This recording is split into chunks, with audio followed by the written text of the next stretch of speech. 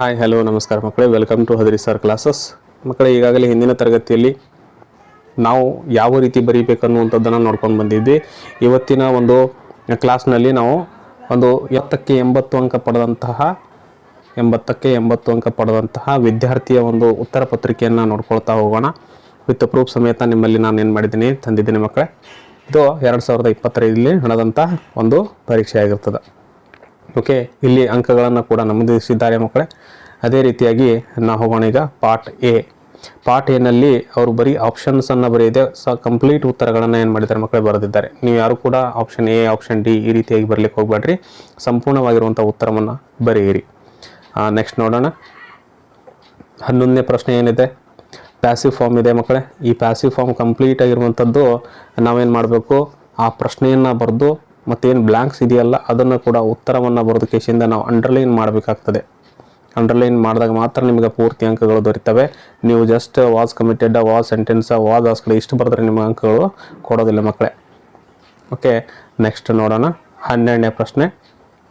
ಈ ಎಕ್ಸ್ಪ್ರೆಷನ್ಗಳಿಗೆ ಸಂಬಂಧಪಟ್ಟಂತೆ ಇಲ್ಲಿ ಕೂಡ ಅವ್ರು ಏನು ಮಾಡಿರ್ತಾರೆ, ಒಂದು ಪ್ಯಾರಾಗ್ರಾಫನ್ನು ಕೊಟ್ಟಿರ್ತಾರೆ. ಆ ಪ್ಯಾರಾಗ್ರಾಫ್ನ ಜೊತೆಗೆ ನೀವೇನು ಮಾಡಬೇಕು, ಇಲ್ಲಿಂದ ಬ್ಲ್ಯಾಂಕ್ಸ್ಗಳನ್ನು ತುಂಬಿ ನೀವೇನು ಮಾಡಬೇಕು, ಅದಕ್ಕೆ ಅಂಡರ್ಲೈನ್ ಮಾಡಿದಾಗ ಮಾತ್ರ ಅವ್ರಿಗೆ ಏನಾಗ್ತದೆ, ಉತ್ತರವನ್ನು ಐಡೆಂಟಿಫೈ ಮಾಡಲಿಕ್ಕೆ ಅನುಕೂಲ ಆಗ್ತದೆ ಮತ್ತು ಹೆಚ್ಚು ಅಂಕಗಳನ್ನು ಪಡೆದುಕೊಳ್ಳಿಕ್ಕೆ ಸಹಾಯ ಆಗ್ತದೆ ಮಕ್ಕಳೇ.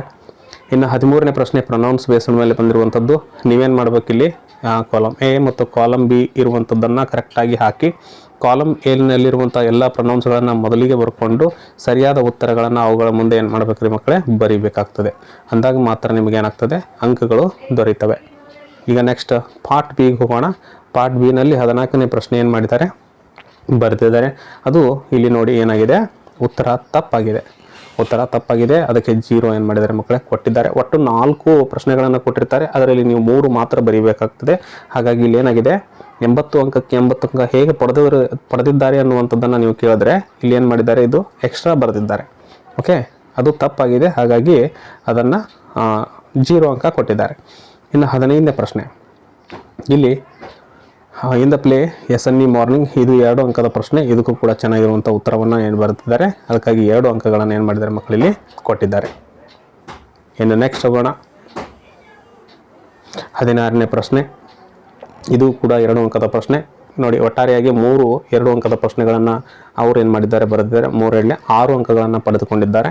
ಇನ್ನು 18ನೇ ಪ್ರಶ್ನೆ 3 ಅಂಕಕ್ಕೆ 3 ಅಂಕಗಳು. ವೆರಿ ಇಂಪಾರ್ಟೆಂಟ್ ಪಾಯಿಂಟ್ಸ್ಗಳನ್ನು ನೋಡ್ರಿ, ಅಲ್ಲಿ ಏನು ಮಾಡಿದ್ದಾರೆ, ಅಂಡರ್ಲೈನ್ ಮಾಡಿದ್ದಾರೆ ವಿತ್ ಕೆಲವೊಂದಿಷ್ಟು ತಪ್ಪುಗಳನ್ನು ಏನು ಮಾಡಿದ್ದಾರೆ, ಅಷ್ಟೊಂದು ಗೆರೆಯನ್ನು ಎಳೆದಿದ್ದಾರೆ. ನೀವು ಅಲ್ಲಿ ಏನು ಮಾಡಬೇಡ್ರಿ, ಈ ರೀತಿಯಾಗಿ ಏನೂ ಕೂಡ ಮಾಡ್ಲಿಕ್ಕೆ ಹೋಗಬೇಡ್ರಿ. ಕಾಟ್ ಹೊಡೆಯೋದು ಅಥವಾ ಗೀಟ್ ಹಾಕೋದು ಏನೂ ಮಾಡ್ಲಿಕ್ಕೆ ಹೋಗಬೇಡ್ರಿ. ಜಸ್ಟ್ ಒಂದು ಏನು ಮಾಡ್ಬೇಕು, ನೀವು ಒಂದು ವೇಳೆ ಅಲ್ಲಿ ಏನಾದರೂ ತಪ್ಪಾದ ಪಾಯಿಂಟ್ ಬರೆದಿದ್ರಿ ಅಂದ್ರೆ ಜಸ್ಟ್ ಈ ರೀತಿಯಾಗಿ ಅವ್ರು ಏನು ಮಾಡಿದ್ದಾರಲ್ಲ ಆ ರೀತಿಯಾಗಿ ಒಂದು ಅಡ್ಡಗೆರೆಯನ್ನು ಎಳೀರಿ ಸಾಕು. ಅವ್ರಿಗೆ ಗೊತ್ತಾಗುತ್ತೆ ಇದು ತಪ್ಪಾಗಿದೆ ಅಂತೇಳಿ. ಇಲ್ಲಿ ನೋಡಿ, ಕೆಲವೊಂದಿಷ್ಟು ಸ್ಪೆಲ್ಲಿಂಗನ್ನು ಮಿಸ್ಟೇಕ್ ಮಾಡಿಕೊಂಡು ಅವ್ರು ಏನು ಮಾಡಿದ್ದಾರೆ, ಅದಕ್ಕೊಂದು ಗೀಟನ್ನು ಹಾಕಿದ್ದಾರೆ. ಓಕೆ, ಸರಿಯಾದ ಉತ್ತರವನ್ನು ಮುಂದೆ ಏನು ಮಾಡಿದ್ದಾರೆ ಮಕ್ಕಳೇ ಬರೆದಿದ್ದಾರೆ. ದಿನ ಒಂದು ಪ್ರಶ್ನೆಗೆ ಹೋಗೋಣ. 20ನೇ ಪ್ರಶ್ನೆ ಬರೆದಿದ್ದಾರೆ ಮಕ್ಕಳೇ. ಇಲ್ಲಿ 2.5 ಅಂಕಗಳನ್ನು ಏನು ಮಾಡಿದ್ದಾರೆ ನೀಡಿದ್ದಾರೆ 20ನೇ ಪ್ರಶ್ನೆಗೆ. ನೆಕ್ಸ್ಟ್ 22ನೇ ಪ್ರಶ್ನೆ. ಇಲ್ಲಿ ಸಹ ಏನು ಮಾಡಿದ್ದಾರೆ ಮಕ್ಕಳೇ, ಈ ಕಡೆ ಏನು ಮಾಡಿದ್ದಾರೆ, ಉತ್ತರವನ್ನು ನೀಡಿದ್ದಾರೆ. 3 ಅಂಕಕ್ಕೆ 3 ಅಂಕವನ್ನು ನೀಡಿದ್ದಾರೆ. 23ನೇ ಪ್ರಶ್ನೆಗೆ 3 ಅಂಕ. ನೆಕ್ಸ್ಟ್ 24ನೇ ಪ್ರಶ್ನೆಗೆ 4 ಅಂಕಗಳನ್ನು ನೀಡಿದ್ದಾರೆ. ಒಳಗಡೆ ಏನಾದರೂ ತಪ್ಪಾಗಿತ್ತು ಅಂದ್ರೆ ಜಸ್ಟ್ ಒಂದು ಏನು ಮಾಡ್ತಾರೆ, ಅವರು ಗೆರೆಯನ್ನು ಮಾತ್ರ ಎಳೆದಿದ್ದಾರೆ. ನೀವೇನು ಕಾಟ್ ಹಾಕಲಿಕ್ಕೆ ಹೋಗಬೇಡಿ ಮಕ್ಕಳೇ. ನೆಕ್ಸ್ಟ್ 25ನೇ ಪ್ರಶ್ನೆಗೆ ಇಲ್ಲಿ ಸಹಿತ 4 ಅಂಕಗಳನ್ನು ಪಡೆದುಕೊಂಡಿದ್ದಾರೆ. 27ನೇ ಪ್ರಶ್ನೆಗೆ 4 ಅಂಕಗಳನ್ನು ಪಡೆದಿದ್ದಾರೆ. ಏನಾದರೂ ಮಿಸ್ಟೇಕ್ಸ್ ಆದರೆ ಜಸ್ಟ್ ಒಂದು ಗೆರೆಯನ್ನು ಮಾತ್ರ ಎಳೀರಿ. ಅಲ್ಲಿ ಕಾಟ್ ಹಾಕೋದಾಗಲಿ ಅದನ್ನು ಏನು ಮಾಡಿರಿ, ಈ ರೀತಿ ಮಾಡೋದಾಗಲಿ ಈ ರೀತಿ ಮಾಡ್ಲಿಕ್ಕೆ ಹೋಗಬೇಡ್ರಿ. ಜಸ್ಟ್ ಒಂದು ಏನು ಮಾಡಿರಿ, ಲೈನನ್ನು ಎಳೆಯಿರಿ. ಓಕೆ, ಇದು ಪ್ಯಾಸೇಜ್ ಆಗಿರ್ತದೆ ಮಕ್ಕಳೇ. ಪಾರ್ಟ್ ಸಿ ನಲ್ಲಿರುವಂಥದ್ದು ಪ್ಯಾಸೇಜ್ ಫಾರ್ಮ್. ಓಕೆ, ಜಸ್ಟ್ ಒಂದು ಏನು ಮಾಡಿದ್ದಾರೆ, ಅವರು 1-2 ಲೈನಲ್ಲಿ ಮಾತ್ರ ಬರೆದಿದ್ದಾರೆ. Thimmakka was not able to go to school because of poverty and lack of facility. Thimmakka married with Shri Bikkala Chikkaiah Hulikal village. ಅವಾಗಲೇ ನಾವು ಯಾವ ರೀತಿ ಬರೀಬೇಕು ಅನ್ನುವಂಥದ್ದು ಒಂದು ವಿಡಿಯೋ ಹಾಕಿದ್ದೆ ಮಕ್ಕಳೇ, ಅದಕ್ಕೆ ಇದೊಂದು ಪ್ರೂಫ್ ಆಗಿದೆ. ನೆಕ್ಸ್ಟ್ ನೋಡಿ, ಜಸ್ಟ್ ಸಿಂಗಲ್ ಲೈನ್ ಆರ್ 2 ಲೈನಲ್ಲಿ ಉತ್ತರವನ್ನು ಮಾತ್ರ ಬರೀಬೇಕು. ನೀವು ಪುಟದ ಗಟ್ಟಲೆ ಪೇಜ್ ಗಟ್ಟಲೆ ಮಾತ್ರ ಬರಲಿಕ್ಕೆ ಹೋಗಬೇಡಿ. ನೋಡಿ, just 1 line or 2 line answers ಆಗಿರ್ತವೆ ಮಕ್ಕಳೇ.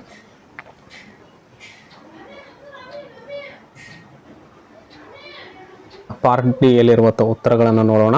ಪಾರ್ಟ್ ಡಿ ನಲ್ಲಿರುವಂಥದ್ದು ಆರ್ಟಿಕಲ್ ಬೇಸ್ಡ್ ಮೇಲೆ ಕೊಟ್ಟಿದ್ದಾರೆ ನೋಡಿ. Mount Everest is the tallest mountain peak in the world. Okay, next everything is fair in love and war.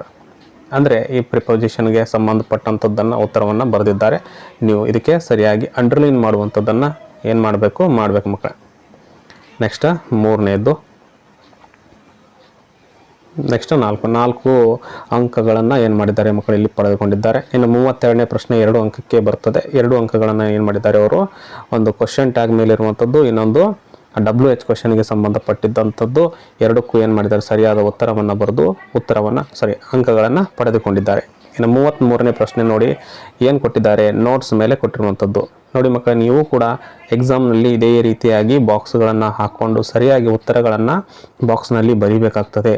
Chocolate made from cocoa beans has rich velvety texture and deep complex flavours, symbol of intelligence. ಈ ರೀತಿ ಬರೆದಿದ್ದೆ ಆದರೆ ನಿಮಗೆ 2 ಅಂಕಗಳು ಏನಾಗ್ತವೆ, ದೊರೀತವೆ. ಇಲ್ಲಂತಂದ್ರೆ ಅಂಕಗಳು ನೀವು ಏನಾಗ್ತವೆ, ಕಳ್ಕೊಳ್ಳುವಂಥ ಸಾಧ್ಯತೆಗಳಿರ್ತವೆ ಮಕ್ಕಳು. ಇಲ್ಲಿ ನೋಡಿರಿ, ಇನ್ನು ಇಂಡೈರೆಕ್ಟ್ ಸ್ಪೀಚ್ನಲ್ಲಿ ಅವ್ರು ಏನು ಮಾಡಿದ್ದಾರೆ, ಪಾಯಿಂಟ್ಸ್ ವೈಸ್ ಏನು ಮಾಡಿದ್ದಾರೆ ಮಕ್ಕಳೇ ಬರೆದಿದ್ದಾರೆ. ನೀವು ಕೂಡ ಈ ರೀತಿಯಾಗಿ ಬರಿಬೋದು, ಅಥವಾ ಒಂದು ಪ್ಯಾರಾಗ್ರಾಫ್ ವೈಸ್ ಬರೀತಿದ್ದೀಯ ಅಂತಂದಾಗ ಪ್ಯಾರಾಗ್ರಾಫ್ನು ಕೂಡ ಏನು ಮಾಡ್ಬೋದು, ಬರಿಬೋದು ಮಕ್ಕಳು.